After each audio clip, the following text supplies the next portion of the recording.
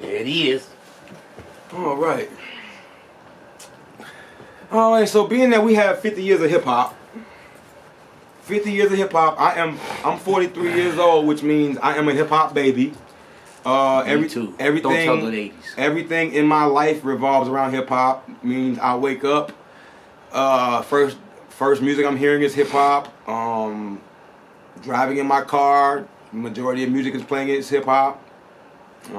We've all been influenced by hip hop. I would like to give a shout out to my mom, because my mama is hip hop. She brought home Beat Street and Breakin' and Crush Groove, which those three movies pretty much I wouldn't say ruined my life, but it's just it put me in to the point where like it's like to be brainwashed by something so powerful, but in the brainwashing there has been positive messages about believing in yourself, messages about standing on your own, messages about not following people, messages about being strong, being a leader, messages about love, you know what I'm saying, like falling in love, So hip hop really is probably the most important thing in my life, and it's part of the reason why I started this podcast as well, because we want to give hip hop, because hip hop raises us. That means my whole perspective is hip hop on the majority of everything. So with that being said, with the 50 years of hip hop, it's like, do you have a top 6 like favorite MCs of all time, or like a top 6 duo? It's like a 2-man group, and when I say duo, you can mix in the DJ and the rapper, not just rappers, 2 rappers. You can mix in DJ and rapper as a duo. People they like to mix in duos with groups. With this question, I want to separate that. So if you have your own top 6 MCs, solo artists, top 6 duos, whether it's 2 MCs or a DJ and an MC, or your top 6 groups, leave a comment. I want to see all the comments. So to start off with me, I would say it was always who's your top 5. That's why I kind of wanted to make it top 6 because it's a hard question. Yeah. that extra guy that you want to put in at 6 is like, you bumping off 3 other guys who just as nice, and then it's like, then you can separate it and it's like top 6 lyrical MCs. Shout out to my homeboy Megaton. Top 6 rappers. You can go top 6 conscious MCs, because then when you go conscious MCs, top 6 gangster rap. Top 6 gangster rap. See, those guys would actually never be considered as your favorites. So like, excuse me? No, I'm saying if I say top 6 conscious right now, and so I say I can go Rakim, Immortal Technique, KRS-One. I want to say Wise Intelligent from Poor Righteous Teachers, or you can Guru is conscious, Conscious, yeah. you can go. They were gangster too, you got 9 members of the Wu-Tang Clan who are all conscious. You got Killer Priest, the extra, conscious. You got Nas conscious. So it's like you can go top 5 or top 6. To me, Nas was gangster rap too, though. And Nas, exactly. So it's like, so once again, the Mac up, so brothers back up, the Mac spit, and that's what makes it crazy. So how many rappers can be in multiple categories? Where Nas could be your top 6 overall MC, he could be your top 6 conscious MC, he could be your top 6 lyrical MC, or you say gangster because he had gangster lyrics too. Gangster. So it's like, yeah, he's multiple categorization. Yeah, with me. If we just go, like, I can go conscious. We separate and go conscious right now. Separate and go conscious. KRS-One is one of top 2 on that. Have to be. So if you got KRS-One, you got Rakim. That's 1 and 2. That's like 1 and 2. But then you got, like, for real, Immortal Technique. Immortal Technique came out of nowhere with his revolutionary shit, and his shit was crazy, bro.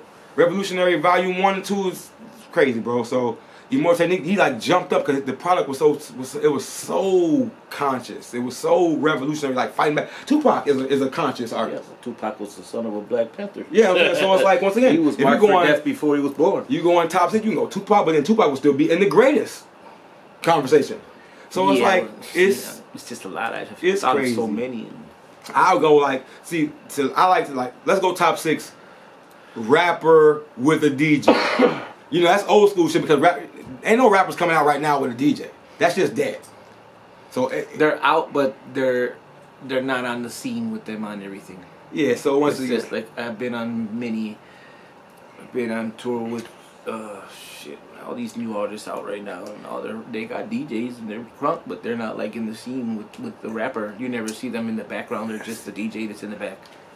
I'm talking about a guy who's right there, forefront. Yeah. DJ Jazzy Jeff and the Fresh Prince. Yes. Gangstar. You know, like people like right there. The Pete Rock and CL Smooth. You know, the greatest. Like you have an actual producer, a DJ, and a rapper, and like that's the group. Mm-hmm.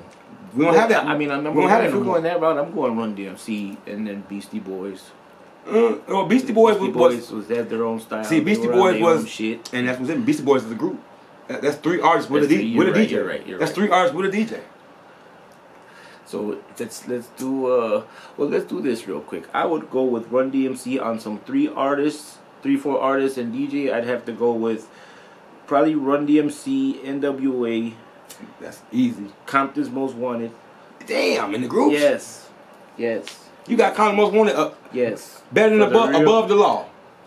Ooh, see, I forgot about them. So I could throw them in there too. Then we're at 4 already. What else?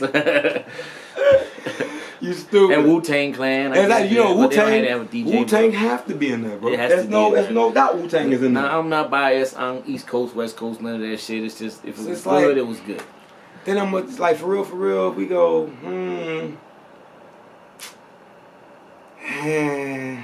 If I just go groups, let's say groups, Wu-Tang Clan.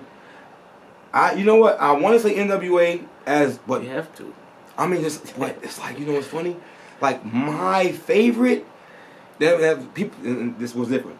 Your favorite group from who you know is the best is always two different groups, because I don't like people say Biggie is top 5, or Tupac, Biggie is like. Was good, but I mean I don't hold his nuts like that. Yeah, I can name rappers who rapped, and I feel like they not like impact wise. I feel like he didn't have out enough content, to be honest with you, for me to put him in the category up there as the best. And that's why it goes to your content being how impactful is your content. You can have 12 albums, but if Biggie only has 2 albums and every song or 8 out of 10 songs on the albums are all good songs or hits, that means that he wins. Yeah. He beats your 13 albums with his 2 albums. It's crazy. True, you can go that route also. So I like the Roots too.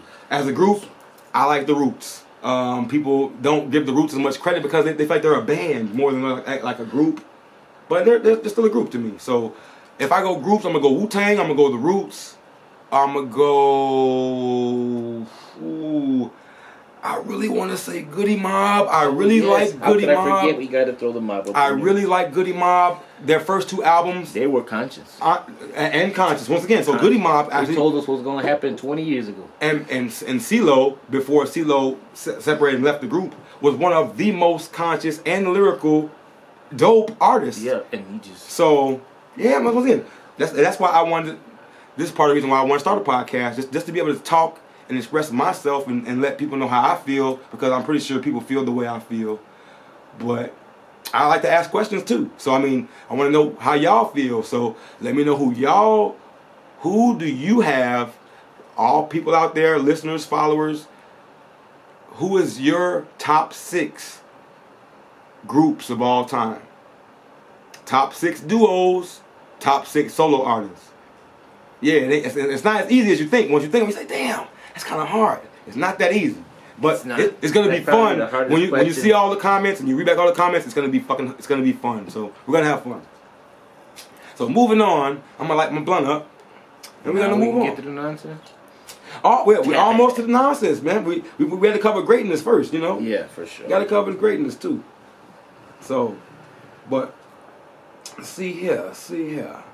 You know what? If we smoke this blunt, you're gonna do an interview high. You wanna do an interview high? I don't want to do an interview high. All right, we gonna pause. We gonna wait. We gonna wait. No, at the end. we gonna wait on the blunt. We gonna wait on the blunt. And in case you didn't know, my name is number 2, J.O.G.A.N. I'm your host. This is my co-host, Doughboy Television. Worldwide. Make sure you got the worldwide in there. It's like a Tribe Called Quest. But pretty much, Doughboy, you have been in the game now. How long have you been doing Doughboy Television?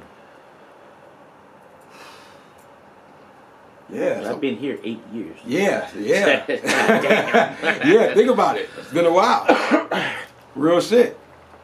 Man, I want to say shit. I want to say 16 years now. Then shit. Damn. So that means, hold on, what year is it right now? Fuck, 20. You got me fucked up. 2024. 2024. No, has it been that long? Well, you know what? Yeah, cause then shit, I know you. I've been. Well, Doughboy Television got birthed at your event. Ah, nice. Yes. Nice, huh? Yeah. Nice. And you also had told me, Doughboy, you're doing too much shit. Mm-hmm. Focus on one fucking thing. Mm-hmm. You're riding around in the DJ van, you're shooting videos, you're trying to do this, you're trying to do that. I'm just like, alright, I'll do that. And it worked, so, yeah. Hey! Thank you, sir. Appreciate that. Nice. Nice. So. But let's see, if I've been here 8 years, and then about how many years were we in at Murphy's? Like 4? All right, let's see, man. Let's think, man. I used to host an event in Chicago, or actually, Forest Park. Very successful. Forest Park is the first suburb, second suburb west of Chicago. Me and my partner White Jesus. Shout out to my partner White Jesus. 6 Rings Music. 6 Rings Music Group. We ran that for 2 years successfully. Every first Friday of the month. I feel like that event sparked so many different things. Doughboy Television. It sparked people. People have came to our events, met each other, and got married, have children from our events, and divorced. We lost some friends. We lost a lot of good people. Close friends since we were throwing those events. Those events used to be what people have told me personally. They would thank me for hosting and throwing these events because people can come and see people they haven't seen in years, or know that there was a place that they know they could be able to come and find out with good music, what's going on, or hear some good music, or be entertained, or because we're adults. You know, we do work jobs and we are continuously working, taking care of our families and doing whatever. So it's actually, some people actually, only time they got out of their house was to come to our events. Shout out to my homegirl Jackie. German Jackie. But yeah, it's great that, you know, I did that because of hip hop. Hip hop made me want to start something because there was no events that were catering to hip hop. So me and my partner White Jesus had to create an event, and then basically I had to pick out. This is when MySpace still popping. It was the end of it. Yeah, it's like I'm having to Facebook I'm having to search people's pages and find music, independent artists, and give them and try to give them an opportunity to come perform their music in front of a room full of people. Audience. Some people have performed at our events. It was the first time they ever performed at an event. So I mean, I feel thankful for hip hop to give me the opportunity to help somebody else go fulfill their dream. So, well, that's where I picked up the camera, and I seen that I liked it then. Because producing, I did it for a couple of years, but I got robbed, shit got took, friends got married, and it just didn't work. And it didn't have the flow that I wanted. So, but when I picked up the camera there, I blacked out, and that was it. That's what I liked. Did nothing stop me. If I seen it, I did it, and that's it. And I appreciate that. Yeah. You gave me a platform. And rest in peace to people. Rest in peace to people that came to our events that people hadn't seen in years, and then now they're no longer here. Rest in peace, Big Steve.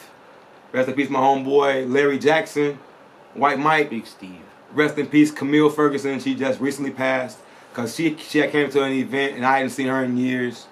And it's just events like that is what keeps people together. So hip hop actually kept a community together.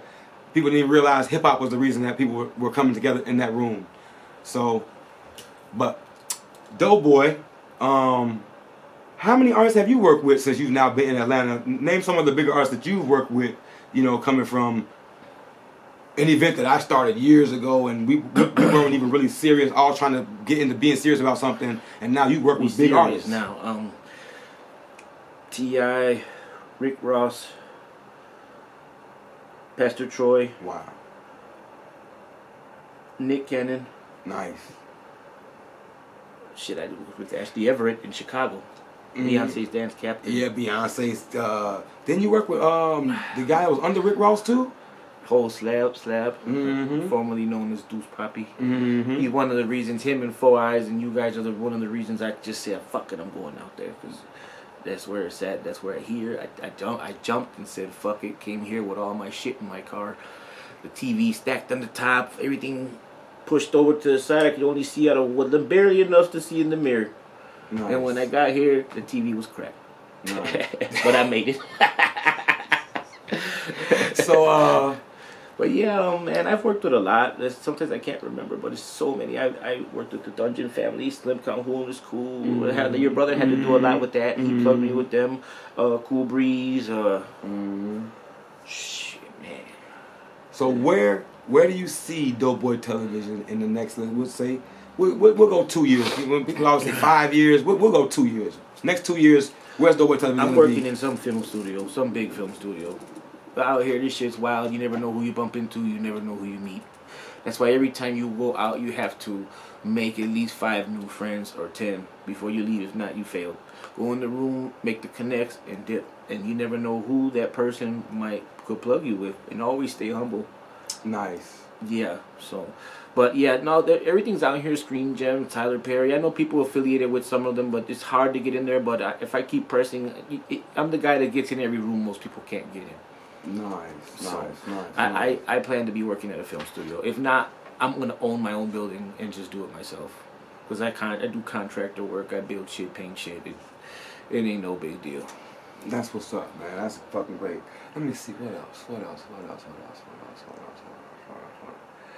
So we're gonna talk to my homeboy Mud Knock. Got a couple questions for him. Anybody who's interested in any mixing, mastering, engineering, this little section is for you, because we all want to be able to, you know, learn something.